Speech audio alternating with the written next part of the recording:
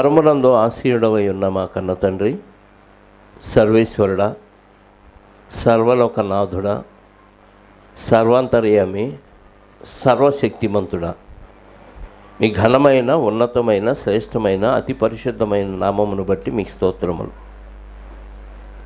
శరీరముతో చూడలేని ఈ బ్రతుకులు మావి, శరీరముతో మీ దగ్గరికి చేరలేని బ్రతుకులు మావి. పాపముతో పడి మరణించిన మరుక్షణం నరకానికి జారిపోయే బ్రతుకులు మావి. ఇలాంటి బ్రతుకుల్లో ఉన్న మమ్మల్ని మీరే కనికరించి ఉద్ధరించి, ఎన్ని జన్మలెత్తినా పొందుకోలేని ఆ పరలోకాన్ని క్రీస్తు ద్వారా ఒక నూతన జన్మను మాకు అనుగ్రహించి, ఆయన ద్వారా పరలోక రాజ్యాన్ని ఉచితంగా మాకు దారాదత్తం చేసినందుకు మీకు స్తోత్రాలు.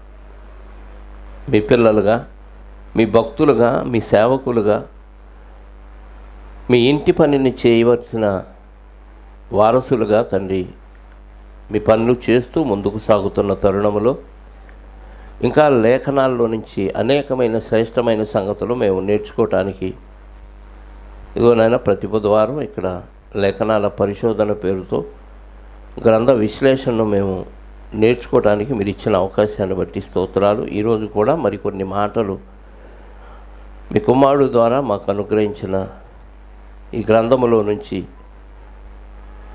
లోతైన విషయాలు నేర్చుకునే ధన్యతను మీ ఆత్మ సహాయంతో బోధిస్తున్న నాకును వింటున్న మీ పిల్లలకును అనుగ్రహించమని కోరుకుంటూ, మా రక్షకుడు, మా పాప విమోచకుడైన క్రీస్తు యేసు యొక్క జ్ఞానము కలిగిన నామములో ప్రార్థించి అడిగి వేడుకొనిచున్నాను పరలోకపు తండ్రి, ఆమేన్. చేరువచ్చిన మీ అందరికీ ప్రభు అయిన క్రీస్తు నామములో నా శుభాలు, వందనాలు. మత్తయి సువార్త 11వ అధ్యాయము 11వ వచనం వరకు గడిచిన వారం మనం ధ్యానం చేసాం. 12వ వచనం 13 చదివాం, కానీ దాని వివరణ మనం తీసుకోలేదు. ఈరోజు 12వ వచనం నుండి చూద్దాం.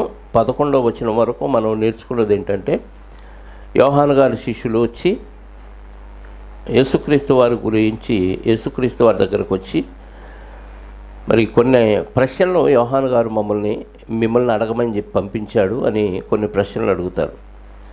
రాబోవాడవు నీవేనా, మేము మరొకరి కొరకు ఎదురు చూడాలంటే యేసుక్రీస్తు వారు నా విషయమై అభ్యంతర పడని వాడు ధన్యుడు అంటాడు.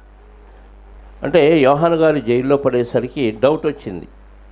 ఇదిగో లోక పాపాలను మోసుకొని పోయే దేవుని గొర్రెపిల్లని సాక్ష్యం ఇచ్చిన ఆయన, ఎవరి మీద పరిశుద్ధాత్మ దిగుతాడో ఆయనే యేసుక్రీస్తు అని దేవుని చేత బోధింపబడినవాడు, చిన్నప్పటి నుంచి పరిశుద్ధాత్మతో నిండుకున్న బాప్తీసం ఇచ్చి యోహాను గారు డౌట్ పడ్డాడు. అంటే శ్రమలు వచ్చినప్పుడు ప్రభువు మీదే డౌట్ వచ్చే అవకాశాలు ఉన్నాయి. లోక సంబంధమైన కష్టాలు వచ్చినప్పుడు విశ్వాసంలో నుంచి తొలగిపోయే ప్రమాదం ఉంది. కారణం ఏమైనా కానీ నమ్మి ఎంతో జ్ఞానాన్ని నేర్చుకున్న వారు కూడా ఎన్నో సాక్ష్యాధారాలతో దేవుని యొక్క వాక్యాన్ని రుచి చూచిన వారు కూడా పడిపోయే ప్రమాదం ఉంది అని బాప్తీసం ఇచ్చి యోహాను గారి గురించి మనం నేర్చుకున్నాం. అలాగే యోహాను గారు ఎంత గొప్పవాడు అంటే, స్త్రీలు కన్య వారిలో అంటే ఆదాం గారి దగ్గర తర్వాత కయ్యను హేబెల్ దగ్గర నుంచి యేసుక్రీస్తు వారు తప్ప మిగతా వాళ్ళందరి గురించి స్త్రీల కన్య వారిలో యోహాను గారు అంత గొప్పవాడు ఎవరూ పుట్టలేదని యేసుక్రీస్తు వారే సాక్ష్యం చెప్పాడు. ఆ యోహాను గారు ఎంత గొప్పవాడు ఎందుకన్నాడు అంటే, ఆయన పుట్టినది మొదలుకొని పరిశుద్ధాత్మతో నిండుకున్నవాడు. మిగతా ప్రవక్తలందరూ రాబోయే క్రీస్తు గురించి ప్రవచించారు, మిగతా ప్రవక్తలందరూ జరగబోయే విషయాలు ప్రవచించారు, కానీ యోహాను గారి గురించి కొంతమంది ప్రవక్తలే ప్రవచించారు. అంటే ప్రవక్తల ద్వారా ప్రవచించబడి వచ్చి ఆయన కార్యాలు చేస్తున్న వ్యక్తి బాప్తీసం యోహాను గారు. అందరూ యేసుక్రీస్తు వారిని చూడాలి అనుకున్నారు ప్రవక్తలు, ఎవరూ చూడలేకపోయారు. చివరి ప్రవక్తగా వచ్చిన బాప్తీసం యోహాను గారు ప్రత్యక్షంగా ఆయన్ని చూశాడు, ఆయనకి బాప్తీసం ఇచ్చాడు, కాబట్టి చాలా గొప్పవాడు. కాకపోతే ధర్మశాస్త్రం ద్వారా దేవుని బిడ్డలుగా మారిన వారి కంటే యేసుక్రీస్తుని కేవలం అంగీకరించి కృప ద్వారా రక్షణలోకి వచ్చిన వాడు చాలా గొప్పవాడు అన్న విషయాన్ని మనకు అక్కడ నేర్పించాడు. అంటే పరలోక రాజ్యం ప్రవేశించింది అని యేసుక్రీస్తు వారు చెప్పినప్పటి నుంచి ఆ పరలోక రాజ్యంలో యేసుక్రీస్తు ద్వారా చేరిన వాళ్ళు ధర్మశాస్త్రం కింద ఉన్న భక్తులందరికంటే గొప్పవాళ్ళు. ఇక్కడ అల్పుడుగా ఉన్నవాడు, పరలోక రాజ్యంలో అల్పుడు ఉన్నవాడు యోహాను గారి కంటే గొప్పోడు అన్న విషయం పోయిన వారమే మనం నేర్చుకున్నాం. ఇంకా యోహాను గారి గురించి యేసుక్రీస్తు వారు మాట్లాడుతూ 12వ వచనం, బాప్తిస్మం ఇచ్చి యోహాను దినములు మొదలుకొని ఇప్పటి వరకు పరలోక రాజ్యము బలాత్కారముగా పట్టబడుచున్నది, బలాత్కారులు దానిని ఆక్రమించుకొనుచున్నారు. పరలోక రాజ్యం అనగానే మనం ఎక్కడికో పరలోకానికి వెళ్ళిపోతారు చాలామంది. పరలోక రాజ్యాన్ని బలాత్కారులు ఎలా పట్టుకుంటాడు? అక్కడైతే పరలోక రాజ్యం వెళ్ళగలవా మనం శరీరంతో? వెళ్ళలేం కదా. మనుషులు ఎవరు వెళ్ళలేరు. అసలు ప్రవేశింపరాని తేజస్సులో దేవుడు ఉంటే మనం చూడటానికి కూడా అవకాశం లేదు. మరి పరలోక రాజ్యం బలాత్కారులు చేత పట్టబడుతున్నది, బలాత్కారులు దానిని ఆక్రమించుకొనుచున్నారు. ఈ పదాన్ని కొంచెం జాగ్రత్తగా మనం ఆలోచించగలిగితే, బాప్తిస్మం ఇచ్చి యోహాను దినములు మొదలుకొని అంటే పరలోక రాజ్యం ఎప్పటి నుంచి ఉంది? పరలోక రాజ్యం బాప్తిస్మం ఇచ్చి యోహాను దినములు వచ్చినప్పటి నుండి పరలోక రాజ్యం గురించిన అవగాహన, పరలోక రాజ్యం మర్మాలు, పరలోక రాజ్యం సమీపించింది, మీరు మారు మనసు పొందండి అన్న విషయం అంతకుముందు లేదు. బాప్తిస్మం ఇచ్చి యోహాను గారే దాన్ని పరిచయం చేశాడు. ఒకసారి 3వ అధ్యాయము 3వ వచనం చూడండి. మత్తయి సువార్త 2వ వచనం. అదే మత్తయి సువార్త, పరలోక రాజ్యము సమీపించి ఉన్నది, మారు మనసు పొందుడని యోదయ అరణ్యంలో ప్రకటించుచుండెను. ఎవరు? బాప్తిస్మం ఇచ్చు యోహాను గారు. ఏమని ప్రకటిస్తున్నాడు? పరలోక రాజ్యము సమీపించి ఉన్నది అంటే బాప్తిస్మం ఇచ్చి యోహాను గారి దినాలు మొదలుకొని పరలోక రాజ్యం దగ్గరకు వచ్చింది అని యోహాను గారు ప్రకటించాడు. అంటే అంతకుముందు పరలోక రాజ్యం అనే మాట మనకు లేదు. పరలోక రాజ్యం సమీపించిందని కానీ పరలోక రాజ్యం మీ మధ్య ఉందనే మాటలు లేవు. అంటే యేసుక్రీస్తు వారు వచ్చిన కారణంలో ఒక కారణం ఏంటంటే రాజ్య స్థాపన కోసం వచ్చాడు. దేనికోసం? రాజ్య స్థాపన. సాతాను కబంధ హస్తాల్లో ఇరుక్కుపోయిన దేవుని పిల్లల్ని విడిపించి దేవుని రాజ్య సంబంధులుగా తీర్చడానికి ఆయన మొదటి రాకడలో వచ్చాడు. మరి గర్భాన్ని జన్మించిన కారణాలు అది ఒక కారణం. అదైందా? యేసుక్రీస్తు వారు వచ్చిన కారణాల్లో కారణం ఏంటి? రాజ్య స్థాపన చేయటానికి వచ్చాడు. ఆ రాజ్య స్థాపన ఎప్పుడు చేస్తాడంటే చనిపోయి తిరిగి లేచినప్పుడు చేస్తాడు. ఈలోపు సమకూరుస్తున్నాడు. ఈలోపు ఆ రాజ్యంలో చేరటానికి సమకూరుస్తున్నాడు. అంటే భూమి మీదే దేవుని రాజ్యం స్థాపింపబడబోతుంది. భూమి మీదే దేవుని రాజ్యం ఈ రాజ్యమే కదా రేపు 2వ రాకడలో దేవునికి అప్పగించేది క్రీస్తు వారు. ఇంకా చాలామందికి ఈ విషయాలు తెలియక ఇంకా రాజ్యం స్థాపిస్తాడు, మళ్ళీ 2వ రాకడలో వచ్చి రాజ్య స్థాపన చేస్తాడు, 1000 ఏళ్ళు పరిపాలిస్తాడు అని తప్పుడు బోధలు చేస్తున్న వాళ్ళు చాలామంది ఉన్నారు. ప్రస్తుతానికి అది అప్రస్తుతం. యోహాను గారి దినాలు మొదలుకొని పరలోక రాజ్యం ఏమైందంట? బలాత్కారముగా పట్టబడుతున్నది. ఏమిటి? పరలోక రాజ్యం బలాత్కారంగా పట్టబట్టం ఏంటి? మంచిదే. మరి బలాత్కారంగా పట్టబట్టం ఏంటి? బలాత్కారం చేశాడు ఒక అమ్మాయిని ఒక అబ్బాయి అంటారు, విన్నారా? టీవీల్లో కానీ సినిమాల్లో కానీ. అంటే ఏంటి అర్థం? బలాత్కారం అంటే అర్థం ఏంటి? ఇతర బలవంతా ఉపయోగించి ఆ అమ్మాయిని లోపరుచుకోవటం, బలవంతా ఉపయోగించటమే బలాత్కారం.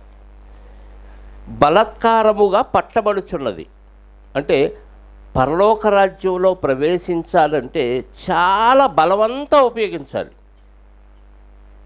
బలాత్కారులు అనగానే పనికి మాలినోళ్ళు, ఇక అలాగా జనం, ఇక రౌడీలు, మిగతా వాళ్ళందరూ ఎగబడి లోపలికి వస్తున్నారు అనుకోకూడదు. బలాత్కారంగా పట్టబడుచున్నది, బలాత్కారులు దానిని ఆక్రమించుకొనుచున్నారు. అంటే వాస్తవంగా పరలోక రాజ్యం స్థాపించి పరలోక రాజ్యంలో ఎవరిని చేర్చాలి అనుకున్నాడంటే యేసుక్రీస్తు వారు యూదులైన వారిని చేర్చాలనుకున్నాడు. ఎవరిని? యూదులు అంటే ఇశ్రాయేలీలు, దేవుని జనాంగం. వారి కొరకే కదా వచ్చాడు. ఇశ్రాయేల్లో నశించిన గొర్రెల యొద్దకే నేను వచ్చాను. వాళ్ళని చేర్చాలనుకున్నాడు. అంటే వాళ్ళకి అప్పటి వరకు ఉన్న అభిప్రాయం ఏంటంటే మేమే దేవుని పిల్లలు, మేమే అబ్రహాము సంతానం. మిగతా వాళ్ళందరూ యూదుల్లోని చాలా తెగలు ఉన్నాయి. మనం తెనాల్లో నేర్చుకుంటున్నాం. సమరయులు, సద్దూకయులు, శాస్త్రులు, పరిసయ్యులు, ఇలా కొన్ని తెగల గురించి నేర్చుకుంటా ఉన్నాం. యూదుల్లోనే చాలా తెగలు ఉన్నారు. వీళ్ళందరూ పరిశుద్ధులుగా అనుకోరు, ఒకళ్ళనొకళ్ళు అంటే ఒకళ్ళకు పడదు. ఇక యూదులు కాని వాళ్ళు అనేకులు ఉన్నారు. వాళ్ళందరూ ఇక దేనికి పనికిరాని వాళ్ళు, అలాంటి బలత్కారులు వాళ్ళందరూ. ఇక్కడ యోహాను గారి కాలం మొదలుకొని బలత్కారముగా పరలోక రాజ్యం పట్టబడుతుందంటే అర్థం ఏంటంటే, పరలోక రాజ్యంలో నువ్వు ప్రవేశించాలంటే నీ బలమంతా ఉపయోగించాలి. దేని కొరకు? ఒకసారి లూకాసు వార్త 13వ అధ్యాయం అనుకుంటా చూడండి, 24వ వచనం. లూకాసు వార్త 13:24. ఆయన వారిని చూచి ఇరుకు ద్వారమున ప్రవేశింప పోరాడుడి. ఇరుకు ద్వారం అంటే పరలోక రాజ్యమే. ఇరుకు ద్వారం అంటే పరలోక. విశాల మార్గం అంటే లోక సంబంధమైన, ఇక మన ఇష్టం. విశాల మార్గం అంటే నువ్వు ఎటన్నా ఇల్లు, ఏమన్నా తిని, ఏ తప్పులన్నా చేయి, లెంపలేసుకుంటే చాలు నీకు పరలోకం ఇస్తాడని చెప్పే మాటలన్నీ విశాలమైన మార్గం. అందులోకి రూల్స్ అండ్ రెగ్యులేషన్స్ ఏముండు. నువ్వు ఎలా బతికినా సరే ఆడికి ఇవ్వాల్సిన డబ్బులు ఇస్తే నీకు ఆశీర్వాదం ఇచ్చేస్తాడు. కానీ పరలోక రాజ్యం అంటే ఇరుకు మార్గం, అంటే చాలా వదులుకోవాలి. వదులుకోవటానికి ఏమన్నా బలం ఉపయోగించాల్సిన అవసరం ఉందా లేదా చెప్పండి? కొట్టాడు ఎవరన్నా, తిరిగి కొట్టాలంటే పెద్దగా బలం, దాని గురించి ఆలోచన, టెన్షన్లు ఏముండవు. లాగిపెట్టి ఆటోమేటిక్గా కొట్టేస్తాం. కొట్టకుండా కంట్రోల్ చేసుకోవాలంటే చెప్పాలి, కష్టమేనా? కొట్టడం ఈజీయా, కొట్టకుండా ఆగటం ఈజీయా? అంటే చాలా బలాత్కారం చేయాలి దాన్ని ఆపుకోవటానికి. మన శరీరాన్ని తిట్టారు, తిరిగి తిట్టాలంటే ఈజీగా తిట్టేస్తాం. ఆటోమేటిక్. పిల్లలు సైతం మనం ఆ మాట అనగానే మీ నాన్న, మీ అమ్మ అన్నాం అనుకో, వాళ్ళు కూడా సేమ్ డైలాగు వదిలేస్తారు. అనకుండా కంట్రోల్ చేసుకోవాలంటే కష్టమేనా? అదే బలాత్కారం. అంటే పరలోక రాజ్యం అంటే ఇరుకు మార్గం. ఈ మార్గంలో ప్రవేశించటానికే చాలా కష్టం. మారు మనసు పొందాలి, గతంలో ఉన్న చెడులన్నీ, ఇంకా ఆలోచనలన్నీ తీసేసుకోవాలి. ఏమండి, చెడు అనేది ఇక మన సాయలకు రాకుండా బట్ అన్నిటినీ వదులుకోవటం కష్టమా, ఈజీయేనా చెప్పాలి? అందుకే అది వదులుకోలేక నామకార్థంగా పరలోక రాజ్యంలో ప్రవేశిస్తున్నారు. వాస్తవంగా మనం అందరం బలాత్కారులు. మనం ఎవరు మంచోళ్ళమా? లోకంలో బలాత్కారులు. ఇప్పుడు యూదులు తప్ప మిగతా వాళ్ళందరూ ఎలా ఉన్నారంటే వేశ్యలు, వ్యభిచారులు, హంతకులు. ఇప్పుడు సుంకర్లు ఉన్నారు. వాళ్ళు వసూలు చేయమన్న దానికంటే పన్ను 4 అంతలు ఎక్కువగా వసూలు చేస్తున్నారు. అంటే వాళ్ళ ఇష్టం, ఎక్కడెక్కడ ఎంత దొరికితే అంత లంచాలు ఎక్కువగా తీసుకున్నారు. వీళ్ళందరూ ప్రజల దగ్గర బలాత్కారంగా దోచుకుంటున్నారు. కాబట్టి వీళ్ళు ఎవరు? బలాత్కారులు. ఇప్పుడు బలాత్కారులు ఎక్కడ జొరబడుతున్నారంట? ఎప్పటి నుంచి అంట? యోహాను గారి కాలం దినాలు మొదలుకొని ఇప్పటి వరకు, అంటే యేసుక్రీస్తు వారు చెప్పే వరకు పరలోక రాజ్యము బలాత్కారముగా పట్టబడుచున్నది. ఇంకో వచనం కూడా చూడండి, 16 లూకాసు వార్త 16వ అధ్యాయము 16వ వచనం. యోహాను కాలం వరకు ధర్మశాస్త్రమును ప్రవక్తలను ఉండిరి.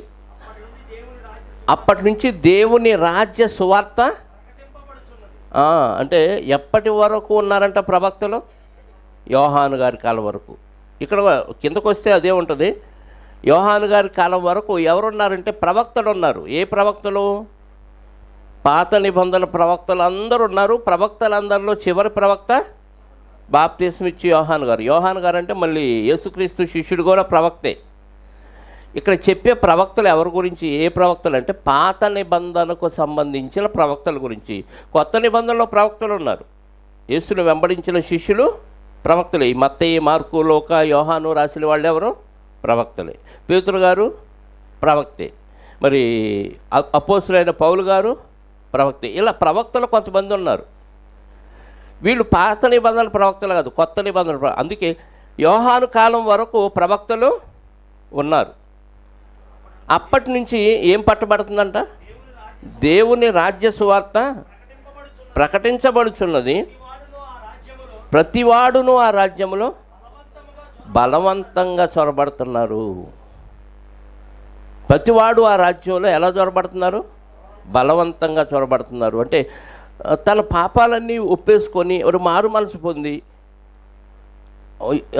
తన శరీరాన్ని కంట్రోల్ చేసుకుంటానికి, వాళ్ళు పాపాలన్నీ ఒప్పేసుకోవటానికి త్యాగం చేసి బలవంతంగా చొరబడుతున్నారు. అంటే ఎవరో తోస్తే వెళ్ళేవాళ్ళు కాదు, తన్ను తాను బలవంత పెట్టుకొని తన శక్తి శాయశక్తుల తన శక్తిని అంతా ఉపయోగించి అందులో ప్రవేశిస్తున్నారు. ఎవరు? బలాత్కారులు. అంటే యూదులు కానీ అన్యులు అందులో ప్రవేశిస్తున్నారు. అర్థమైందా? మత్తయి సువార్త 21వ అధ్యాయము 31వ వచనం. మత్తయి సువార్త 21వ అధ్యాయము 21:31. అందుకు వారు తర్వాత మాట, యేసు శుంకరులను వేశ్యలను మీకంటే ముందుగా దేవుని రాజ్యంలో, అంటే ఎవరికంటే ముందు? శాస్త్రులు, పరిసయ్యులు, సద్దూకయ్యులు, ఇంకా ఇలాంటి వాళ్ళు ఉన్నారు కదా, వీళ్ళందరికంటే ముందుగా ఎవరు ప్రవేశిస్తున్నారు? వీళ్ళందరూ ఎవరు? బలాత్కారులు. వాళ్ళ దృష్టిలో ఎవరు? బలాత్కారులు. బలాత్కారులు మీకంటే ముందు దేవుని రాజ్యంలో ప్రవేశిస్తున్నారు. బలాత్కారులు ప్రవేశిస్తున్నారు, బలాత్కారులు లోపరుచుకుంటున్నారు అనగానే ఓ ఏదో మొత్తాన్ని కలిపేసుకుంటున్నారు, బలవంతంగా దాన్ని లాగేసుకుంటున్నారు అనుకోకండి. యూదులు చేరాలి వాస్తవంగా పరలోక రాజ్యం గురించి అనౌన్స్మెంట్ వినగానే, కానీ యూదులు రాలా. యోహాను గారు బాప్తీసం ఇస్తున్నప్పుడు కూడా ఏమంటాడు? 3వ అధ్యాయం మత్తయి సువార్తలో, మత్తయి సువార్త 3వ అధ్యాయంలో బాప్తీసం తీసుకుంటున్నప్పుడు ఎవరెవరు వచ్చారంట అక్కడ? చూడండి ఒకసారి. మత్తయి సువార్త 3వ అధ్యాయము పరిసయ్యుల్లోను 7వ వచనం, సద్దూకయ్యుల్లోను అనేకులు బాప్తీసం పొందవచ్చుట చూచి, సర్పసంతానమా, రాబో ఉగ్రతను తప్పించుకొనుటకు మీకు బుద్ధి చెప్పిన వాడెవడు? మారు మనసుకు తగిన ఫలము ఫలించుడి. వీళ్ళు దేవునిలో లేరు, బలాత్కారులు. లోకం దృష్టిలో బలాత్కారులు. వీళ్ళు అగ్రపీఠాలు తీసుకుంటారు, సంత వీధుల్లో వందనాలు కోరుకుంటారు, విందుల్లో అగ్రపీఠాలు కోరుకుంటారు, చెంగులు పెద్దవిగా పెడతారు, రక్షరేకులు పెద్దవిగా చేసుకుంటారు, వారే గొప్పోళ్ళు అన్నట్టుగా ఫీల్ అవుతారు. కానీ వీళ్ళు దేవుని పిల్లలు కాదు అంటున్నాడు యేసుక్రీస్తు. మీరు పేరుకి అబ్రహాము సంతానమే, కానీ మీరు అంతా సర్ప సంతానం. అంటే వీళ్ళు బలాత్కారులు. యూదుల్లో బలాత్కారులు ఉన్నారు, అన్నిల్లో బలాత్కారులు ఉన్నారు. వీళ్ళందరూ మారు మనసు పొందితే బలవంతంగా అందులో చొరబడుతున్నారు. అంటే వాళ్ళు బలవంత పెట్టుకొని వాళ్ళ శక్తి సామర్థ్యాలన్నీ ఉపయోగించి అందులో చొరబడుతున్నారు. అది ఆ 12వ వచనంలోని భాగం. లూకాసు వార్త 7వ అధ్యాయము 29-30 కూడా చూద్దాం. ప్రజలందరూ శుంకరులను యోహాను బోధ విని అతను ఇచ్చిన బాప్తీసం పొందినవాడై దేవుడు న్యాయవంతుడని ఒప్పుకొనిరి. కానీ పరిసయ్యులను ధర్మశాస్త్రోపదేశకులను అతని చేత, అంటే ఎవరెవరు పొందారు? శుంకరులు, పరిసయ్యులు, ధర్మశాస్త్రోపదేశకులు అతని చేత బాప్తీసం పొందారు. కానీ పొందక, అంటే వాళ్ళు పొందల, అంటే వీళ్ళు వాళ్ళ కోసమే ప్రభు వస్తే వాళ్ళు పొందల. అంటే చాలామంది బలాత్కారులు పొందారు, పొందాల్సిన వాళ్ళు పొందల. అర్థమైందా? అంటే బలాత్కారులు దాన్ని ఆక్రమించుకుంటున్నాడు, బలవంతంగా పట్టబడుతుంది. దేవుని రాజ్యం అనగానే యేసుక్రీస్తు వారు మాటలు విని మారు మనసు పొందాలి. అది ఎక్కడి నుంచి స్టార్ట్ అయిందంటే బాప్తీసం ఇచ్చు యోహాను గారి దగ్గర నుంచి ప్రారంభమైంది. రైట్. 13వ వచనం, యోహాను కాలం వరకు ప్రవక్తలందరూ ప్రవచించుచూ వచ్చిరి, ధర్మశాస్త్రము సహా ప్రవచించుచుండి. యోహాను కాలం వరకు ప్రవక్తలందరూ, అంటే పాత నిబంధన ప్రవక్తలందరూ, ఇదిగో మీకు రక్షకుడు రాబోతున్నాడు, ఆయన వస్తాడు, ఆయన రాజ్యస్థాపన చేస్తాడు, ఆయన రాజ్యంలో మీరు చేరండి, ఆయన రావటానికి ముందు ఇదిగో మార్గం సరళం చేయడానికి ఒక ఆయన వస్తాడు అని యోహాను గారి గురించి ప్రవచనాలు ఉన్నాయి. అర్థమైందా? యోహాను గారి కాలం వరకు ప్రవక్తలందరూ ప్రవచిస్తున్నారు. ధర్మశాస్త్రం కూడా చెప్తుంది. అంటే యేసుక్రీస్తు వారు వచ్చి రాజ్యస్థాపన చేస్తాడన్న విషయాలు ప్రవక్తలందరూ ప్రవచించారు. ప్లస్ ధర్మశాస్త్రం కూడా ఆ విషయం ప్రవచిస్తుంది. అంటే సుమారుగా ఆదికాండం నుంచి యేసుక్రీస్తు వారి గురించిన విషయాలన్నీ మనకి బైబిల్లో కనపడతాయి. క్రీస్తు పూర్వం 800 సంవత్సరాల కాలంలో యెషయా ప్రవక్త ఒక ఆయన యేసుక్రీస్తు వారి గురించి ప్రవచించాడు. ఒకసారి ఆ ప్రవచనం చూడండి. 40వ అధ్యాయము యెషయా గ్రంథం. యెషయా దానికి మలాకి చూద్దాం. ముందు 3వ అధ్యాయము 1 నుంచి 4 వచనాలు మలాకి గ్రంథం.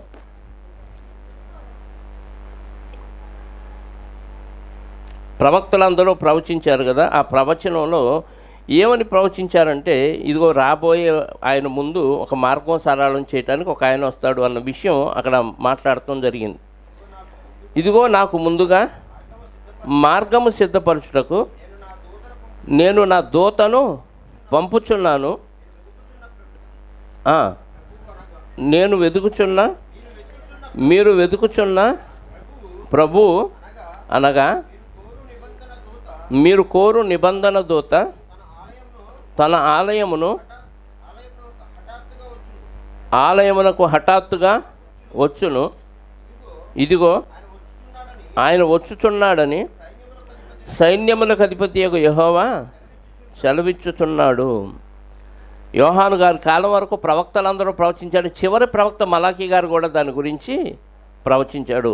యెషయా గారు కూడా ప్రవచించారు. మలాకీలోనే ఇంకొక వచనం కూడా చూస్తే 4వ అధ్యాయము అదే మలాకీ గ్రంథం 5-6 వచనాలు చూద్దాం. యెహోవా నియమించిన భయంకరమైన ఆ మహాదినము రాకమునుపు నేను ప్రవక్తయగు ఏలియాను మీ వద్దకు పంపుదును. నేను వచ్చి దేశమును శపింపకుండునట్లు అతడు తండ్రుల హృదయమును పిల్లల తట్టును, పిల్లల హృదయమును తండ్రుల తట్టును త్రిప్పును. అంటే బాప్తీసం ఇచ్చే యోహాను గారి గురించి యేసుక్రీస్తు వారు వస్తాడు, రాజ్యస్థాపన చేస్తాడు. దానికి ముందు ఆయన మార్గాన్ని సరళం చేయడానికి ఒక ఆయన వస్తాడు. అదే బాప్తీసం ఇచ్చే యోహాను. ఆయన గురించి ప్రవచించారు. ప్రవక్తలందరూ ఆయన గురించి ప్రవచించాడు. ఆ వచ్చిన ఆయనే. అదే 14వ వచనంలో చెప్పాడు, ఈ సంగతి అంగీకరించుటకు మీకు మనస్సుంటే రాబోవు ఏలియా ఇతడే, వినుటకు చెవులు గలవాడు వినుగాక. రాబోవు ఏలియా ఇతడే అంటే పాత నిబంధనలో ఏలియా వస్తాడు, ఆయన మార్గాన్ని సరళం చేస్తాడు అనే ప్రవచనాలు ఉన్నాయి. కాబట్టి మీకు మనసుంటే రాబోయే ఏలియా ఇతడే. ఎవరి గురించి చెప్పాడు? బాప్తీసం ఇచ్చు యోహాను గారి గురించి చెప్పాడు. అప్పటి వరకు యోహాను గారి గురించి గొప్పగా చెప్పాడు. కానీ పరలోక రాజ్యంలో ప్రవేశించిన వాడు యోహాను గారి కంటే గొప్పోడు అని చెప్పాడు. పరలోక రాజ్యం ఎలా పట్టబడుతుందంట? బలాత్కారంగా పట్టబడుతుంది. బలాత్కారులు దాన్ని ఆక్రమించుకొనిచున్నారు అని చెప్తున్నాడు.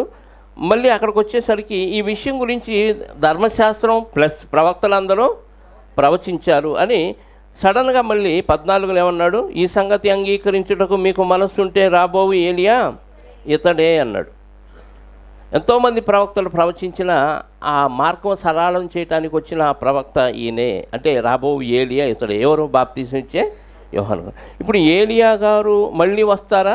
ఏలియా గారి లాంటి క్యారెక్టర్ కలిగిన వ్యక్తి వస్తాడా? మనం అప్పుడప్పుడు పిల్లలు పుట్టగానే మా నాన్నే పుట్టాడు, మా అమ్మే పుట్టింది, మా అక్కయ్య పుట్టిందని సంబరపడుతూ ఉంటాం. కాకపోతే ముఖ కవళికలు పోలికలు చూసి. ఇక వాళ్ళ చేష్టలు కొన్ని వాళ్ళ పోలి చేశారనుకోండి, ఏమనుకుంటాం? చూసావా, నేను చెప్పలేదా? ఖచ్చితంగా ఆయనే పుట్టాడు అంటే మరొక జన్మ ఉందా మనిషికి? మనిషికి ఒకటే జన్మ. పునర్జన్మలు అంటూ లేవు. బైబిల్ దాన్ని అస్సలు సపోర్ట్ చేయట్లేదు. ఒకవేళ పునర్జన్మ ఉంటే నువ్వు పాత జీవితాన్ని చంపేసుకొని కొత్తగా క్రీస్తులో జన్మించడమే పునర్జన్మ. ఇది లేకపోతే నీకు పాత జీవితం అలాగే ఉండిపోతే ఆ జీవితంతో అలాగే నరకానికి వెళ్ళిపోతావు. మళ్ళీ చచ్చిపోయి మళ్ళీ ఇంకొక తల్లి గర్భంలో పుట్టే అవకాశం లేదు. మరి ఏలియా గారు చచ్చిపోయాడు, ఎప్పుడో చనిపోయాడు, క్రీస్తు పూర్వమే.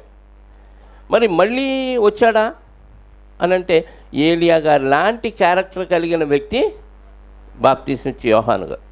ఆ రాబోవు ఏలియా ఇతడు. మీకు మనసుంటే అర్థం చేసుకోండి. చెవులు గలవాడు వినుగాక అని యేసుక్రీస్తు వారు ఎందుకు అన్నాడంటే మీకు అది అర్థం కాదు. కొంతమంది ఏమో పునర్జన్మ ఉందంటాడు, నికోదేమని ఒక ఆయన యోహాను సువార్త 3వ అధ్యాయంలో అంటాడు కదా, అంటే ఒక ముసలివాడైన ఒక వ్యక్తి చనిపోయి మరలా తల్లి గర్భంలో ప్రవేశించి ఎలా జన్మించగలడు అంటావు. నువ్వు ఇశ్రాయేలుకి బోధకుడు అయి ఉండి ఈ విషయం కూడా తెలియదా నికోదేమో అంటాడు యేసుక్రీస్తు వారు.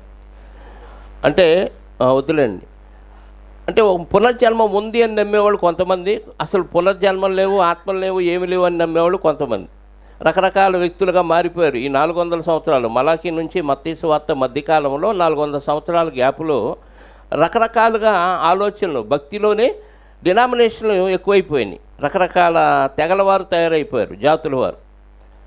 కాబట్టి ఇక్కడ ఏలియా గారు మళ్ళీ పుడతారని చాలామంది చెప్తున్నారు కదా, మళ్ళీ పుట్టాడేమో, పుడుతున్నాడా అని అడుగుతారు.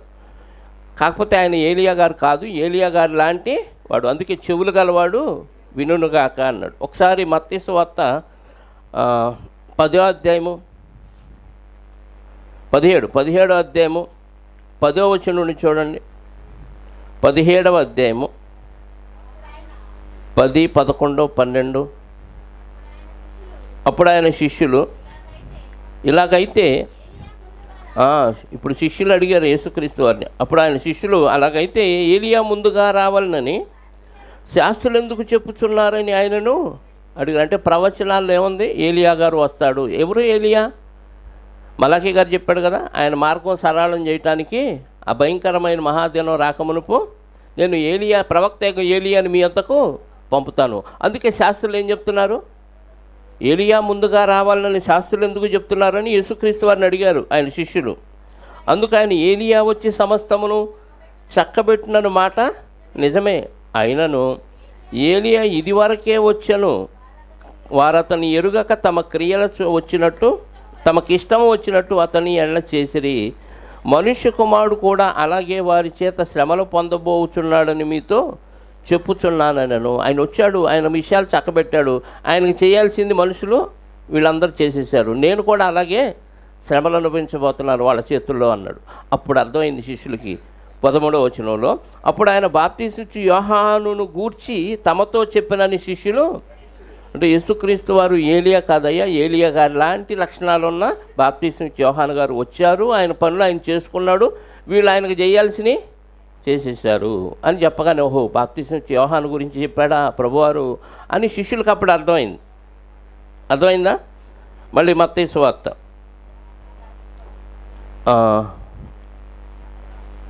15లోనే ఒకసారి మార్క్స్ వార్త 9వ అధ్యాయము, మార్క్స్ వార్త 9వ అధ్యాయం 11, 12 వచనాలు చూద్దాం. మార్క్స్ వార్త 9వ అధ్యాయము 9, 10 వచనాలు. వారు ఏలియా ముందుగా రావాలని శాస్త్రులు చెప్పుచున్నారే, ఇదేమని ఆయనను అడిగిరి. అందుకు ఆయన, ఏలియా ముందుగా వచ్చి సమస్తమును చక్కబెట్టునన్నమాట నిజమే, అయినను మనుష్య కుమారుడు అనేక శ్రమలు పడి తృణీకరింపబడవలనని వ్రాయబడుట ఏమిటి? ఏలియా వచ్చిననియు అతని గూర్చి వ్రాయబడిన ప్రకారము వారు తమకిష్టం వచ్చినట్లు అతని ఎడల చేసిరనియు మీతో చెప్పుచున్నానని వారితో నేను. అంటే ఏలియా గారు ప్లేస్లో వచ్చిన ఆయన ఎవరంటే అలాంటి లక్షణాలు ఉన్న ఆయన బాప్తీసమిచ్చు యోహాను గారు అనేది యేసుక్రీస్తు వారు ఇక్కడ తెలియజేశారు. 16వ వచనం మళ్ళీ ఇంకో సందర్భం చెప్తున్నాడు. ఈ తరము వారిని దేనితో పోల్చుదును?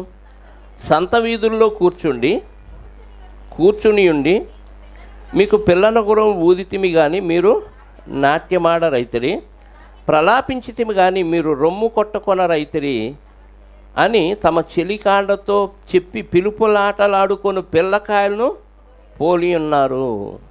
పిల్లలు ఆడుకుంటారు, చాలా ఆటలాడుకుంటారు. వాళ్ళు చూసిన పెద్దోళ్ళు పనులను బట్టి పిల్లలు కూడా ఆటలాడతారు. చిన్నపిల్లలు కొంతమంది వంట వండుకుంటున్నట్టు, అట్లేసినట్టు, బిర్యానీలు ఉన్నట్టు, మాంసం కూరలు ఉన్నట్టు పిల్లలు ఆడుకుంటారా? ఆడుకుంటారు. ఇంకేం ఆడతారు? నాన్న సిగరెట్ ఎట్ట తాగుతాడు, మందు ఎట్ట తాగుతాడు, ఈ ఆటలు కూడా ఆడుకుంటారా? ఆడుకుంటారు. అమ్మ నాన్న బూతులు ఎట్ట తిట్టుకుంటారు, ఈ ఆటలు కూడా ఆడుకుంటారా? ఆడుకుంటారు కదా, మనల్ని చూసి పిల్లలు ఆడుకుంటారు. ఆ రోజుల్లో పెళ్ళిళ్ళకి బ్యాండ్ వాయించేవాళ్ళు, సన్నాయి వాయిస్తూ ఉండేవాళ్ళు. అంటే పెళ్ళిళ్ళకి ఏం చేయాలి అనేది వాళ్ళకి అర్థమైంది. అది ఒక ఆట పిల్లలు. అరే మేమేమో వాయిస్తూ ఉంటాం, మీరేం చేయాలి? నాట్యం ఆడాలి. పెళ్ళిళ్ళకి వాయిస్తా బ్యాండ్ వాయిస్తుంటే ఇప్పుడు కూడా పెళ్ళిళ్ళకి ఏంది శవాలకు కూడా నాట్యం ఆడుతూనే ఉంటారు. ఇది మన కల్చరు.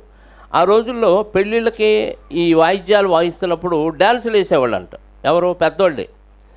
మనిషి చనిపోయినప్పుడు పిల్లల గొరవులు ఊదేవాళ్ళు. అప్పుడు ప్రలాపించి రొమ్ము కొట్టుకుంటూ ఉండేవాళ్ళు. మీకు అర్థమైందా? ఇప్పుడు ఒక మనిషి చనిపోయాడు, మనం ఆటాడుకుందాం.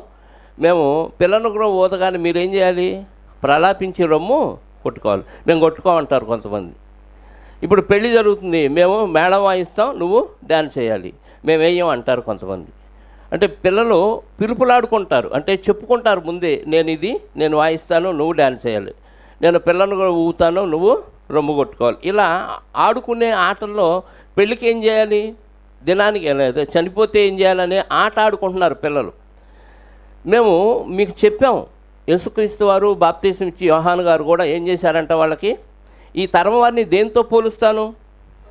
సంత వీధుల్లో కూర్చొని ఉండి మీకు పిల్లలకు ఊదితిమి కానీ మీరు నాట్యమాడరైతిరి, ప్రలాపించితిమి కానీ మీరు రొమ్ము కొట్టకొనరైతిరని తమ చిలికాండతో చెప్పి పిలుపులాటలాడుకొని పిల్లకాయలను పోలి ఉన్నారు. మేము వాక్యం చెప్పినా మీరు దానికి స్పందన లేదు. పిల్లలు ఆడుకొని నేను ఉండను, నేను కటీఫ్ అని ఎట్లా ఉంటారు, మీ పరిస్థితి కూడా దాంతోనే పోల్చాలి. పిల్లకాయల ఆటలాగా ఉంది మీ పరిస్థితి. అర్థమైందా? పిల్లకాయలను మీరు పోలి, చెలికాండలతో చెప్పి పిలుపులాటలు ఆడుకుని పిల్లకాయలను పోలి ఉన్నారు.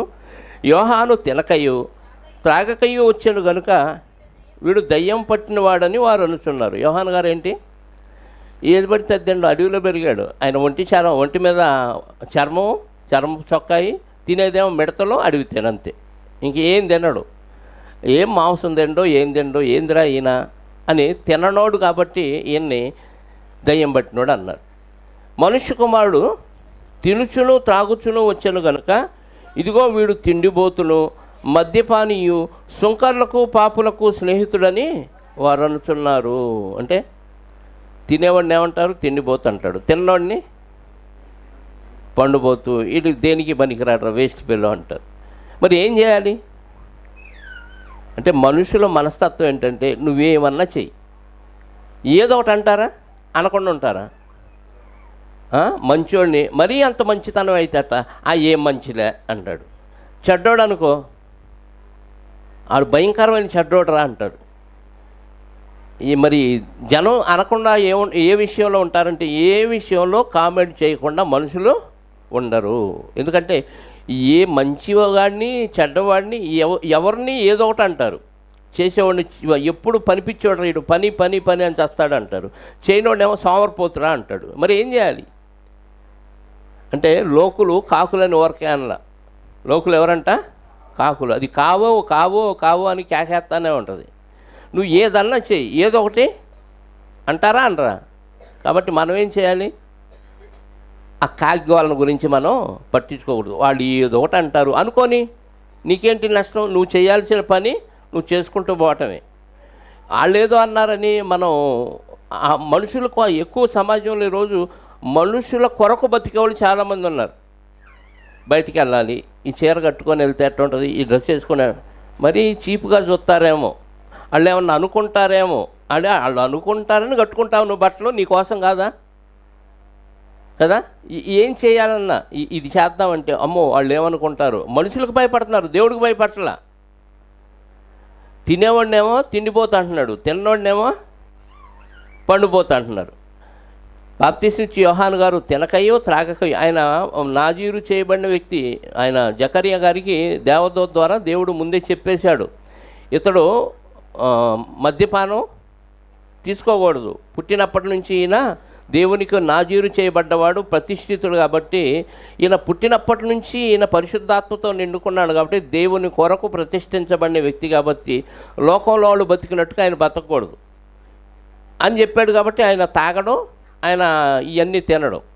మరి యేసుక్రీస్తు వారికి ఆ రూల్స్ ఏం లేదు. ఆయన ద్రాక్షారసం తాగుతాడు, అన్నీ తింటాడు, రొట్టె తింటాడు, చేప తింటాడు, అన్నీ తింటాడు.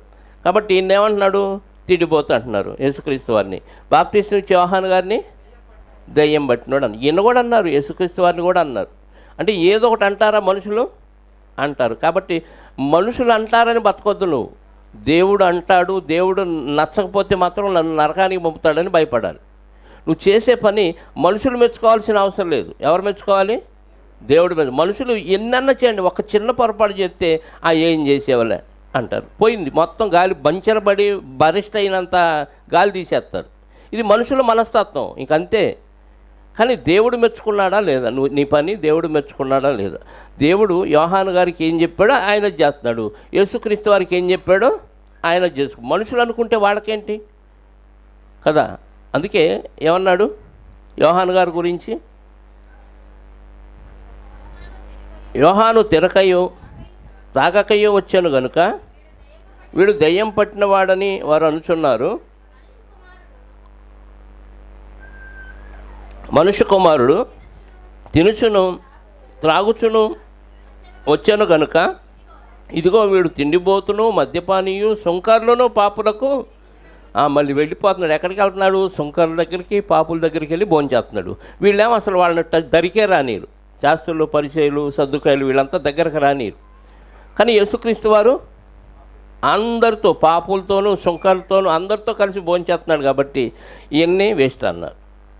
అందుకే ఒక మాట అన్నాడు చివర, అయినను జ్ఞానము జ్ఞానమని దాని క్రియలను బట్టి తీర్పు పొందిన నేను. జ్ఞానమని దాని క్రియలను బట్టి, అంటే జ్ఞానమని క్రియలను బట్టి తీర్పు పొందుతా. అంటే ఏంటంటే నీకు ఎంత జ్ఞానం తెలిస్తే నువ్వు అన్ని క్రియలు చేయాలి. అందరికంటే నాకు ఎక్కువ తెలుసు అని నేను అన్నాను అనుకోండి, బైబిల్ నాకు ఎక్కువ తెలుసు, నాకు జ్ఞానం బాగా తెలుసు అన్నా అనుకోండి, నేను ఎక్కువ పాటించాలన్నమాట. తెలియకపోతే తప్పు చేస్తే ఎవరైనా క్షమిస్తారు, దేవుడు కూడా. తెలిసి తప్పు చేస్తే ఎవరు క్షమించరు కదా. అదే జ్ఞానమని ఆ జ్ఞానాన్ని బట్టి తీర్పు పొందిద్ది అంటున్నాడు. ఒకసారి కీర్తన గ్రంథం 19వ అధ్యాయం చూడండి, 7వ వచనం. కీర్తన గ్రంథం 19వ అధ్యాయం 7వ వచనం. జ్ఞానం అంటే ఏంటి ఆ రోజుల్లో అని అంటే చెప్తున్నాడు, యెహోవా నియమించిన ధర్మశాస్త్రము యథార్థమైనది, అదేం చేసిద్దంట? ప్రాణమును తెప్పరిల్ల చేయును. యెహోవా శాసనము నమ్మదగినది, అది బుద్ధిహీనులకు జ్ఞానమును పుట్టించును. యెహోవా ఉపదేశము నిర్దోషమైనది, అది హృదయమును సంతోషపరచును. చాలండి. జ్ఞానం ఏం చేసిద్దంట? జ్ఞానం వలన ఉప్పొంగితే ప్రయోజనం లేదు. ఆ జ్ఞానం నీకు ఉపయోగపడాలి. ఆ జ్ఞానాన్ని నేర్చుకొని నువ్వేం చేయాలి? ఉపయోగపడాలి. దాన్ని బట్టి నువ్వు నేర్చుకొని జ్ఞానానుసారంగా నువ్వు బతకాలి. అదే ఆ రోజుల్లో జ్ఞానం అంటే ధర్మశాస్త్రం.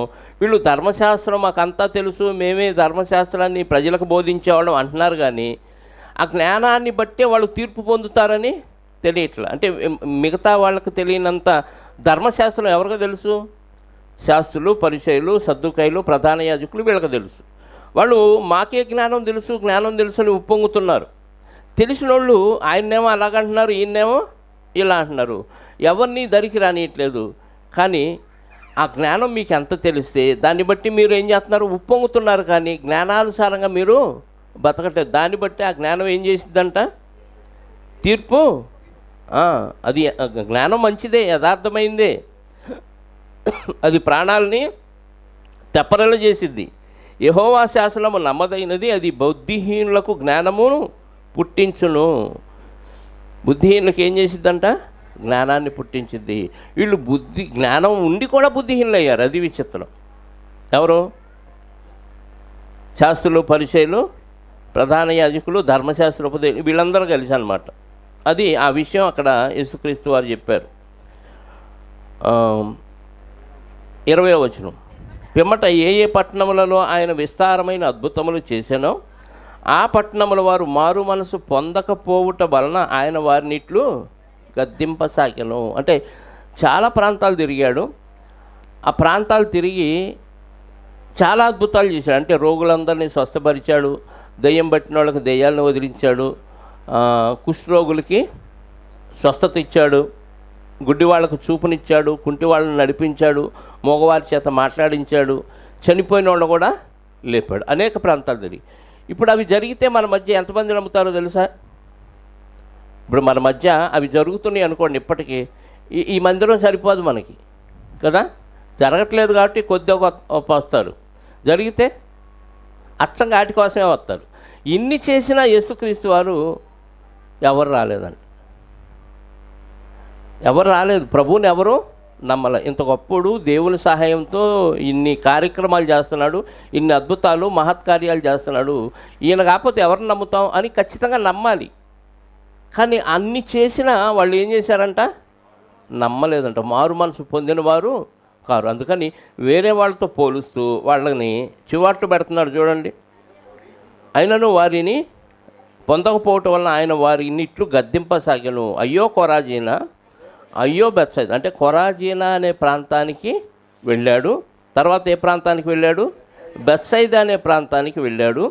మీ మధ్యను చేయబడిన అద్భుతములు ఎక్కడెక్కడ చేశాడు? కొరాజీనా అనే ప్రాంతంలో చేశాడు, బెత్సైదా అనే ప్రాంతంలో చేశాడు. మీ మధ్యలో చేయబడిన అద్భుతాలు తూరు సీదోను పట్టణములలో చేయబడిన ఎడ్ల ఆ పట్టణముల వారు పూర్వమే గోనె పట్ట కట్టుకొని బూడిద వేసుకొని మారు మనసు, అంటే ఆ పట్టణంలో చేయకుండానే వాళ్ళు చాలామంది మారు మనసు పొందారు. ఈ అద్భుతాలు సూచకులు అక్కడ చేస్తే తూరు సీదోను ప్రాంతాల్లో వాళ్ళు మారి ఉండేవాళ్ళు. అంటే వాళ్ళకి చెయ్యకపోయినా వాళ్ళు మారారు, మీ మధ్య చేసిన మాటలు. ఎంత దౌర్భాగ్యమో చూడండి. నాకు కానీ స్వస్థత వస్తే, దేవుడు నాకు కనపడితే అసలు నేను మారిపోతానండి, బాప్తీసం తీసుకుంటా అని చెప్పేవాళ్ళు చాలామంది ఉన్నారు కదా. దేవుడు కనపడితే చస్తావరా, అందుకే కనపడట్లా. అర్థమైందా? దేవుడు నాతో మాట్లాడాలి, ఇప్పుడు మాట్లాడితే వాక్యంతో మాట్లాడతాడు. దేవుడు ప్రత్యక్షంగా నీ దగ్గరకు వచ్చి పర్సనల్గా మాట్లాడు. ఎలా మాట్లాడతాడు? వాక్యం వినపడిందంటే ఈ మాట ఎవరిది? దేవుని నోట నుండి వచ్చిన మాట వాక్య రూపంలో నీకు వినపడుతుంది. ఇదే దేవుడు మాట్లాడటం. నువ్వు దేవునితో మాట్లాడటం అంటే నువ్వు బాప్తీసం తీసుకొని ప్రార్థన చేస్తే దేవుడితో నువ్వు మాట్లాడటం అయింది. ప్రత్యేకంగా కనపడడం, మాట్లాడటం. అర్థమైందా? కాబట్టి ఆ అద్భుతాలు తూరు సీదోను పట్టణాల్లో చేసుంటే వాళ్ళు గోనె పట్ట కట్టుకొని బూడిద వేసుకొని మారు మనసు, అంటే వాళ్ళల్లో మేమెంత దౌర్భాగ్యమా, మేమెంత పాపంతో ఉన్నామా, అయ్యో ఇలాగే చచ్చిపోతే నరకానికి వెళ్ళిపోతామనే బాధతో వెంటనే ఈ జీవితం వేస్ట్ అని బూడిద పోసుకొని గోనె పట్ట ధరించుకొని వాళ్ళు మారు మనసు పొందుతారు. అంటే ఈ బ్రతుకు వేస్ట్. నిజంగా వాక్యంలోని సారం మనకు అర్థమైతేనండి, ఇంకా ఎందుకు ఇంతకాలం ఎలా బతికాను నేను, ఇలాగే చనిపోతే నరకానికి వెళ్ళిపోయేవాడిని కదా, అర్జెంటుగా నేను కొత్తగా జన్మించాలి, ఇక పాత జీవితం నాకొద్దు, ఆ రోత బతుకు నాకొద్దు, ఎప్పుడు చనిపోయినా ఇమ్మీడియట్గా వెళ్ళిపోతాను నరకానికి. ఈ తోడు నువ్వు నమ్ముకున్న వాళ్ళు కానీ, నీ కట్టుకున్న వాళ్ళు కానీ, నీ బంధువులు కానీ, నువ్వు అలవాటు చేసుకున్న అలవాట్లు కానీ ఏవి నీతో రావు. సింగిల్గా చీకట్లోకి వెళ్ళిపోతావు. కాబట్టి వెలుగులో దేవునితో శాశ్వత కాలం ఉండాలంటే ఇవేవి నాకొద్దు, దేవుడు తప్ప ఇంకేం వద్దు అనే ఆలోచన వచ్చినప్పుడు ఇక జీవితం మీద విరక్తి కలిగింది. మన ఇంట్లో ఎవరైనా బాగా ఇష్టమైన వాళ్ళు చనిపోతే మనం ఎలా ప్రలాపిస్తాం? ఎవరన్నా ఇష్టమైన భోజనాలు తెచ్చిపెట్టినా దాని మీద మనసు ఉండదు. ఎందుకు? ఇంక అయిపోయింది, నా జీవితం అయిపోయింది, నాకు ఏమొద్దయ్యా. మంచినీళ్ళు కూడా తాగరు కొంతమంది, ఎందుకంటే అంత వైరాగ్యం వచ్చేసింది. నిజంగా వాక్యం అర్థమైపోతే ఆ వైరాగ్యం రావాలి. అలాంటి వైరాగ్యం వచ్చి మారినోళ్ళు కనపట్ల. ఏదో అద్భుతం జరిగితే ప్రభువుని నమ్ముకున్నామండి. మేము ఎందుకు నమ్ముకున్నామంటే మా జీవితంలో దేవుడు ఒక అద్భుతం చేశాడు, అందుకనే ప్రభువుని నమ్మాం, బాప్తీసం తీసుకున్నామని చెప్పేవాళ్ళే తప్ప నా జీవిత రహస్యం, నా జీవిత పరమార్థం నాకు అర్థమైంది. నేను ఎంత భయంకరమైన పాపంతో ఉన్నానా, ఈ పాపంతో ఇలాగే మరణిస్తే నా బతుకేమైపోయేది, అమ్మో ఈ వాక్యం వినపడటం వల్ల నేను బాగుపడ్డాను, నేను మారు మనసు పొందాను అని పశ్చాత్తాపంతో మారినోళ్ళు అరుదుగా కనపడతారు. అర్థమైందా? బెత్సైదా కొరాజీనా ప్రాంతం వాళ్ళు ఎన్ని చేసినా వాళ్ళు మారలేదంట. తూరు సీదోను పట్టణాల్లో చేసుంటే మీ మధ్య చేసిని వాళ్ళు గోనె పట్ట కట్టుకొని బూడిద వేసుకొని మారు మనసు పొందిండేవాళ్ళు అని చెప్తున్నాడు. ఆ పట్టణాలతో ఈ పట్టణాల వాళ్ళని పోల్చి విమర్శ దినమందు మీ గతి కంటే తూరు సీదోను పట్టణముల గతి వారి గతి ఓరవ తగినదై ఉండునని మీతో చెప్పుచున్నాను. విమర్శ దినం అంటే రెండవ రాకడలో ప్రభు వచ్చినప్పుడు అందరినీ లైన్లో నిలబెడతారు. విమర్శ చేసిన రోజు వాళ్ళకి మధ్య చేయలే, మీ మధ్య చేశాడు కదా, మీరు ఎందుకు మారలేదు అని అడిగితే మా మధ్య చేయలేదు కాబట్టి మేము మారలేదు ప్రభు అంటే కొంచెం కోటింగే ఉంటుంది వాళ్ళకి. మీ ఇన్ని చేసినా మారలేదంటే ఫుల్ కోటింగ్ అనమాట. అర్థమైంది? అంటే నీకు తెలిసిన వాక్యాన్ని బట్టి నీ మార్పు ఎంత ఉంది, నీకు జరిగిన మహత్కార్యాలు అద్భుతాలను బట్టి నీ జీవితం ఎలా మార్చుకున్నావు అనే దాన్ని బట్టి నువ్వు విన్న వాక్యం నీ మార్పు, ఈ రెండిటికి లింక్ పెట్టి జడ్జిమెంట్ ఇస్తాడు దేవుడు. నాకు ఈ విషయాలన్నీ తెలియదు ప్రభు అన్నావు అనుకో, ఓ ఎవరు చెప్పలేదా, చెప్పారా లేదా అక్కడ స్క్రీన్ కనపడిద్ది. అంత చెప్పలేదు కాబట్టి నీకు తెలియదు కాబట్టి కొన్ని చేసావు కాబట్టి కొంచెం శిక్ష తప్పదు మళ్ళీ. కానీ అన్నీ తెలిసి, ఇప్పుడు బోధకుడు నేను, నాకు అన్నీ తెలిసి కూడా తప్పులు చేస్తూ పోయాను అనుకో, మామూలు కోటింగ్ కాదు, పోలీసులు 3rd డిగ్రీ అంటారు చూసారా, అంత భయంకరమైన కోటింగ్ పడిద్ది అనమాట. అంటే ఎంత జ్ఞానం తెలిస్తే అంత మనం వాక్యానుసారంగా జ్ఞానం అని దాన్ని బట్టి మనం పొంగకూడదు, అతిశయించకూడదు, జ్ఞానానుసారంగా నడవాలని చెప్తున్నాడు. అర్థమైందా? ఈ వచనాలు కూడా మనకి పాత నిబంధనలో యెషయా గ్రంథం ఒకసారి చూడగలిగితే 23వ అధ్యాయము మొదటి నుంచి చదివితే, యెషయా గ్రంథం 23వ అధ్యాయము మొదటి నుంచి. తూరును గూర్చిన దేవోక్తి, తర్షీష్ అంగలాచుడి, తూరు పాడైపోయాను, ఇల్లైనను లేదు, ప్రవేశ మార్గమైనను లేదు, హిత్తీయుల దేశము నుండి. ఈ అధ్యాయము 1వ అధ్యాయము 1 నుంచి 18 వచనాలు రాసుకోండి, ఇంటికి వెళ్ళినా చదువుకోండి. యెహెజ్కేలు గ్రంథం 26వ అధ్యాయము మొదటి వచనం. యెహెజ్కేలు గ్రంథం 26వ అధ్యాయము మొదటి వచనం. యెహెజ్కేలు గ్రంథం 26 మొదటి వచనం. మరియు 11వ సంవత్సరం నెల మొదటి దినమున యెహోవా వాక్కు నాకు ప్రత్యక్షమై, యెహెజ్కేలు గారికి ప్రత్యక్షమై ఇలాగు సెలవిచ్చాను, నరపుత్రుడా, యెరూషలేమును గూర్చి, ఆహా, జనములకు ద్వారముగానున్న పట్టణము పడగొట్టబడెను, అది నాశనమయ్యను, అది పాడైపోయినందున నేను పరిపూర్ణము నొందితిని అని తూరు చెప్పాను గనుక ప్రభువైన యెహోవా సెలవిచ్చినదేమనగా, తూరు పట్టణమా నేను నీకు విరోధినైతిని. అంటే ఆ రోజుల్లో తూరు పట్టణం ఎలా ఉంది, ఎంత భయంకరంగా ఉందనేది చెప్తున్నాడు. ఆ రోజుల్లో వాళ్ళ మధ్య ఇలాంటివేమీ చేయలే, అద్భుతాలు మహత్కార్యాలు చేయలేదు, అంత భయంకరంగా ఉంది ఆ పట్టణం అని మన ముందే దేవుడు వాక్యం ద్వారా తెలియజేశాడు. అలాగే 28వ అధ్యాయము అదే యెహెజ్కేలు గ్రంథం 26వ వచనం.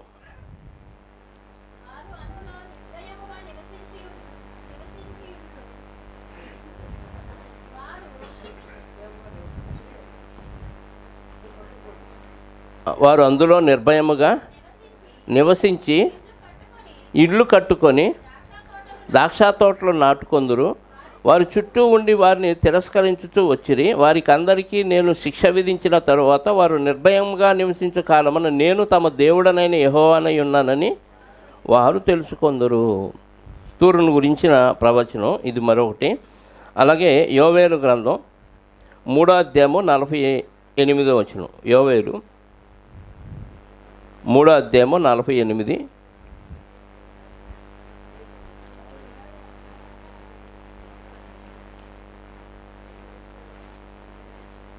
లేదా యోవేలు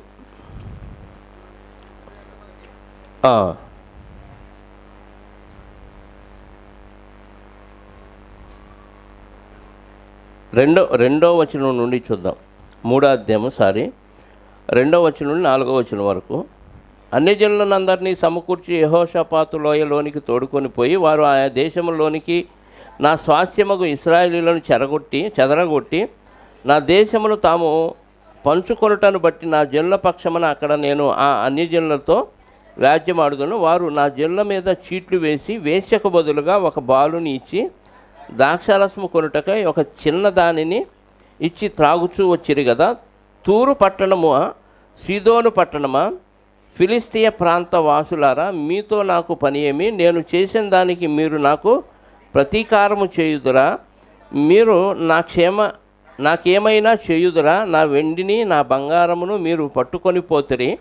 నాకు ప్రియమైన మంచి వస్తువులను పట్టుకొని పోయి మీ గుళ్ళలో ఉంచుకొంటిరి. అంటే అప్పుడు ఇశ్రాయేలుని దోచుకొని వెళ్ళిపోయారు కాబట్టి వాళ్ళ గురించి ప్రవచించిన ప్రవచనం. అంత భయంకరంగా వాళ్ళు యెరూషలేముకు వచ్చి ఇవన్నీ దోచుకొని వెళ్ళిపోయి ఇశ్రాయేలుని కూడా వాళ్ళు చెరపట్టుకొని పోతే వాళ్ళ గురించి దేవుడు అక్కడ అద్భుతాలు చేసి ఉంటే ఆ రోజుల్లో వాళ్ళు మారారేమో. కానీ దేవుడు ఆ రోజుల్లో ఏమీ చేయలేదు, వాళ్ళకి ఏ ప్రతీకారం ఆ రోజుల్లో చేయలేదు. చేసుంటే వాళ్ళు మారారేమో, కానీ మీరు మాత్రం మారట్లేదు అని బెత్సైదా కొరాజీనా గురించి యేసుక్రీస్తు వారు బాధపడుతూ వాళ్ళని గద్దిస్తున్న మాట మనం చదివాం. ఎన్నో వచనం? 23వ వచనం. కపెర్నహూమా, ఆకాశం మట్టుకు హెచ్చింపబడదవా? నీవు పాతాళమున వరకు దిగిపోయేదవు. నీలో చేయబడిన అద్భుతములు సొదొమలో చేయబడిన ఎడల అది నేటి వరకు నిలిచియుండును. ఎక్కడ చేశాడంట? కపెర్నహూము. ఎక్కువ ప్రాంతం యేసుక్రీస్తు వారు ఆ ప్రాంతంలోనే ఎక్కువ తిరిగాడు. ఆయన కపెర్నహూమునకు వచ్చినప్పుడు అని చాలా సందర్భాల్లో చదువుతాం. అంటే అక్కడ ఏం చేశాడు? చాలా అద్భుతాలు మహత్కార్యాలు అక్కడ సూచక్రియలు చేశాడు. ఎక్కడ చేయలేదంట? సొదొమ గొమొర్రాలో ఏమైనా చేశాడా? లోతు గారి దగ్గరికి వచ్చారు దేవదూతలు, ఇదిగో ఈ రాత్రి ఈ పట్టణాన్ని అగ్నిగంధకాలతో కురిపించి అందరినీ చంపేయబోతున్నాం, నువ్వు నీ కుటుంబం నీకు సంబంధించిన వాళ్ళు బయటికి రండి అని చెప్పారు. వార్నింగ్ బెల్ ఏమన్నా కొట్టారా? పోనీ అక్కడ ఏమన్నా సొదొమ గొమొర్రాలో ఏమన్నా మహత్కార్యాలు సూచక్రియలు లోతు గారి ద్వారా కానీ లేదా అబ్రహాం గారిని పంపించి కానీ ఏమన్నా చేశారా? చేయలేదు. ఒకళ్ళు అక్కడ చేసి ఉంటే వాళ్ళు మారిపోయేవాళ్ళు, వాళ్ళని శిక్షించేవాడిని కాదు. కానీ అక్కడ చేయలే. కానీ కపెర్నహూములో ఎన్నో చేశాడు. ఇన్ని చేసినా వాళ్ళు మారల. ఇంత జ్ఞానం మీకు తెలిసినా మీరు మారల. తెలియని వాళ్ళలో చాలామంది మారారు. వాళ్ళ విధేయత, వాళ్ళు దేవునికి ఇచ్చే కానుకలు కానీ వాళ్ళు కాపరికి ఇచ్చే బహుమానాలు కానీ చూస్తుంటే మైండ్ బ్లాక్ అయిపోతుంది. ఏమీ బోధ ఉండదు, కట్టుకథలు చెప్తారు, పాటలు పాడతారు, జనాల్ని ఆర్కెస్ట్రాతో మెప్పించి ఉర్రొత్తుడుగిస్తారు, ఊగిస్తారు. అలాంటి వారు కాపర్ని కానీ ఆ మందిరానికి కానీ ఎన్నో కార్యాలు చేస్తూనే ఉంటారు. కానీ సత్యవాక్యం, యథార్థమైన వాక్యం తెలిసిన తర్వాత ఆ విశ్వాసం, ఆ త్యాగం అది కనపడలేదు. అంటే యేసుక్రీస్తు వారు సాక్షాత్తు వచ్చి కపెర్నహూములో ఇన్ని అద్భుతాలు మహత్కార్యాలు సూచక్రియలు చేస్తే వాళ్ళల్లో ఏ మార్పు రాలా. అక్కడ కానీ సొదొమ గొమొర్రాల్లో కానీ చేస్తుంటే వాళ్ళలో మార్పు వచ్చేది అంటున్నాడు. అంటే చెయ్యని చోట చేస్తే మార్పు వచ్చేది, మీ మధ్య చేసినా మీలో మార్పు రావట్లేదని బాధపడుతూ యేసుక్రీస్తు వారు చెప్తున్న మాటలండి. విమర్శ దినమందు నీ గతి కంటే సొదొమ దేశపు వారి గతి ఓర్వ తగినదై ఉండును. మీకు తెలుసు కదా సొదొమ గొమొర్రాలు ఎక్కడంటే ఆదికాండం 19వ అధ్యాయంలో మనం చూసాం. రాసుకుంటే రాసుకోండి. 19వ అధ్యాయము 24వ వచనం. అలాగే యెషయా గ్రంథం 14వ అధ్యాయము 13, 14, 15 వచనాలు కూడా చూడండి. యెషయా గ్రంథం 14వ అధ్యాయము 13వ వచనం నుండి.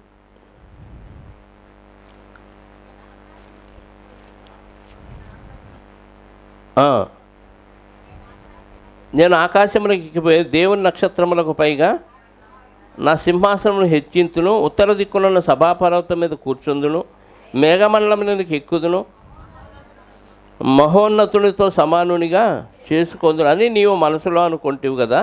నీవు పాతాళమునకు నరకములు ఒక మూలకు తోయబడితివే. హెచ్చించుకున్నవారు తోయబడతారు పాతాళంలోకి. అపవాదుల గురించి ఆ వచనం. అంటే వీళ్ళు హెచ్చించుకున్నారు, మాకు అన్నీ తెలుసు అని. ఎవరు? కపెర్నహూము. సొదొమ గొమొర్రాలకు ఏం తెలియదు, కానీ దేవుడు చూసి అలా చేశారో లేదని దేవదూతను పంపించి మరి వాళ్ళని అగ్నిగంధకాలతో చంపేశాడు. వచ్చేవారం మిగతా భాగం మాట్లాడుకుందాం, సమయం అయిపోయింది. ఎన్నో వచనం? 24వ వచనం. 25 నుంచి వచ్చేవారం మనం ఆలోచిద్దాం.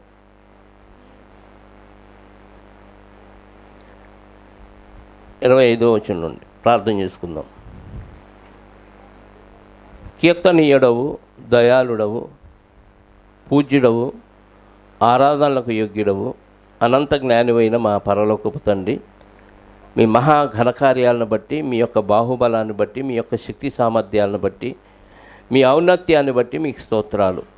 ఇదిగోనైనా గడిచిన కాలమంతా మమ్మల్ని కాచి కాపాడి భద్రపరిచి మరొక బైబిల్ తరగతిని మాకు అనుగ్రహించి మత్తయి సువార్తలోని అనేకమైన విషయాలు, మరి బాప్తీసం ఇచ్చే యోహాను గారి గురించి, యేసుక్రీస్తు వారు గురించిన కొన్ని విషయాలు, అలాగే తండ్రి మరి కపెర్నహూము, సొదొమ గొమొర్రా పట్టణాల గురించి, కొరాజీనా, బెత్సైదా గురించి, తండ్రి తూరు సీదోన్ల గురించి ఆ తేడాని మాకు తెలియచేశారు. దానికంటే ముఖ్యంగా బాప్తీసం ఇచ్చే యోహాను గారి కాలం మొదలుకొని పాత నిబంధన ప్రవక్తలు ఉన్నారు అప్పటి వరకు. ఆ తర్వాత పరలోక రాజ్యం ప్రవేశించిందని, పరలోక రాజ్యంలో బలాత్కారంగా ప్రవేశించటం అంటే ఏంటో, బలాత్కారులు ఎవరో అన్న విషయాలు కూడా మాకు నేర్పించారు. అందును బట్టి స్తోత్రాలు. విన్న మాటలు మరొకసారి మీ పిల్లలు మననం చేసుకొని వాక్యానుసారంగా ఆలోచిస్తూ ముందుకు సాగుతూ వాక్యానుసారమైన జీవితాన్ని అనుసరించడానికి సహాయాన్ని దయచేయండి. ఇదిగోనైనా ఈ తరములో మా మధ్య మీరు ఎలాంటి సూచక్రియలు, అద్భుతాలు, మహత్కార్యాలు చేయనప్పటికీ తండ్రి కేవలం వాక్యాన్ని విని విశ్వసించే మనసును మీరు మాకు అనుగ్రహించారు. అవును తండ్రి, మీ ఆకర్షణలో ఉంటేనే ఎవరైనా మీ కుమారుడు దగ్గరికి వస్తారు అని మీ వాక్యం మాకు తెలియచేస్తుంది. మీ ఆకర్షణలోనికి మమ్మల్ని ఆహ్వానించి, మమ్మల్ని ఆకర్షించి మీ వాక్యానికి కట్టుబడి ఉండే మనసును మాకు అనుగ్రహించినందుకు స్తోత్రాలు చెల్లిస్తూ, దీనికి ఎవరూ దూరస్తులుగా ఉండకుండా వాక్యానికి కట్టుబడి పరలోక రాజ్యాన్ని స్వతంత్రించుకునే దిశలో ముందుకు సాగటానికి సహాయాన్ని దయచేయమని కోరుకుంటూ, వచ్చిన బిడ్డలందరినీ సురక్షితంగా వారి గృహాలకు, వారి కుటుంబాలకు చేర్చండి. మీ చిత్తమైతే, మీ కుమారుని రాకడ ఆలస్యమైతే మరలా మేము కలుసుకోవటానికి కృపాక్షేమాలు మాకు దయచేయమని కోరుకుంటూ, తండ్రి వచ్చిన వారిలో ఎవరెవరికి ఎలాంటి అవసరాలు ఉన్నాయో మీకు తెలుసు. అది ఆరోగ్య సమస్య కానీ, అనారోగ్య సమస్య కానీ, మరి మానసిక బలహీనత, రుగ్మతలు కానీ, అప్పుల బాధ కానీ, సంతానలేమి కానీ, తండ్రి వివాహం కాకపోవటం కానీ, ఏదైనా ప్రతిదీ మీ చిత్తమైతే వారికి మరి ఆశీర్వాదాన్ని అనుగ్రహించమని కోరుకుంటూ, మరి ముఖ్యంగా రిషితాన్ని జ్ఞాపకం చేసుకోండి. ఉదయకాల ప్రార్థనలో కూడా మేము ప్రార్థిస్తున్నాం. మీ చిత్తానుసారంగా బిడ్డకు స్వస్థతనివ్వమని కోరుకుంటూ, డాక్టర్లకే తెలియని మరి విషయాలు కూడా మీ కుమారుడైన క్రీస్తు ద్వారా మీరు అందించగలరని విశ్వసిస్తూ, ఒక అద్భుత కార్యం ఆ బిడ్డ విషయంలో చేసి వారు మరింతగా బలపడటానికి కృప చూపి సహాయాన్ని దయచేయమని కోరుకుంటూ, ఇచ్చిన అల్పాహారాన్ని బట్టి స్తోత్రాలు. వాక్యం ద్వారా పదార్థాలను పవిత్రపరచండి. తినుచుండగా మాకు శక్తిని, బలాన్ని దయచేసి ఆ శక్తిని మీ సేవలో వాడబట్టడానికి సహాయాన్ని అనుగ్రహించమని, దానికి కష్టపడి ఖర్చు పడిన ప్రతి బిడ్డను జ్ఞాపకం చేసుకోండి. తగిన ఫలాన్ని, రెట్టింపు ఆశీర్వాదాన్ని ఆ ఖర్చు పడిన వారికి అనుగ్రహించమని కోరుకుంటూ, మా రక్షకుడు, మా పాప విమోచకుడైన యేసుక్రీస్తు వారి అతి శ్రేష్టమైన నామములో ప్రార్థించి అడిగి వేడుకొనిచున్నాను పరలోకపు తండ్రి. ఆమేన్. మనందరికన్నా తండ్రి అయిన దేవుని ప్రేమ, ఆయన ఏక కుమారుడైన యేసుక్రీస్తు వారి కృప, మా అందరి ఆదరణకర్త అయిన పరిశుద్ధాత్ముని అన్యోన్య సహవాసము ఇప్పుడు ఎల్లప్పుడూ ప్రభు వచ్చు వరకు సదాకాలము మాకు తోడయుండి నడిపించునుగాక. ఆమేన్. అందరికీ యేసుక్రీస్తు నామములో నా శుభములు, వందనాలు.